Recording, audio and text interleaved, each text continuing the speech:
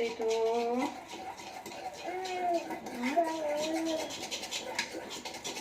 नको खाऊ ते, पोट दुखते, पोट दुखतं.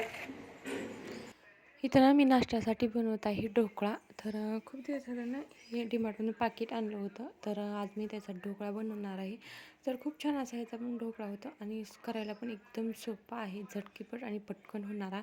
तर ढोकळा केला आणि नाश्ता केला, स्वराजला पण दिला, आम्ही पण केला. आणि इथं भाजीनं आज मी बनवली फ्लावर आणि वटाणा अशी दोन्ही मिक्स भाजी केली. वटाण्याची सीझन म्हटल्यानंतर आता तर वटाणा कशातही आलाच. आणि इथे केली ही आंबील. आणि आमच्या आता ह्या सीझनमध्ये आमच्यात आंबील राहते म्हणजे राहतेच. नमस्कार मंडळी, कसे आहे सगळे? मस्त मजेत ना? तर अजून एका नवीन ब्लॉगमध्ये तुमचं सगळ्यांचं मनापासून खूप खूप स्वागत आहे.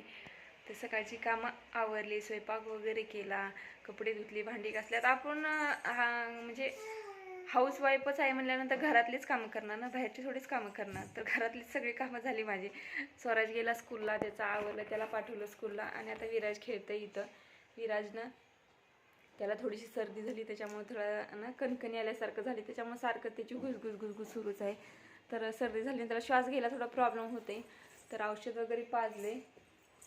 हॅलो हॅलो कर, हाय हाय कर, हाय कर, हाय कर. तर त्याला ना अशी ही माझी टिकलीच ठेवत नाही, तो सारखं टिकली काढतोय. तरी तर काय होते काय माहिती, त्याला विराजला ना टिकलीच लागते खेळायला. मी ना असे बसले ना तो टिकलीच खेळत बसतो. तर प्रत्येक मुलं अशीच करतात, लहान असल्यानंतर करणारच. तर आता चालली त्याची थोडी मस्ती आणि माझीही त्याच्यासोबत. कारण आता तो झोपीलाही आला आहे, त्याच्यामुळे झोपी घालून नंतर म्हणलं चल थोडंसं औषध वगैरे पाजून, थोडी सर्दी झाली विक्स वगैरे लावून झोपी घालता येते. तर आजचा हा छोटासा ब्लॉग आवडला असेल तर नक्कीच लाईक करा, शेअर करा आणि सबस्क्राईब केलं सबस्क्राईब करायला विसरू नका.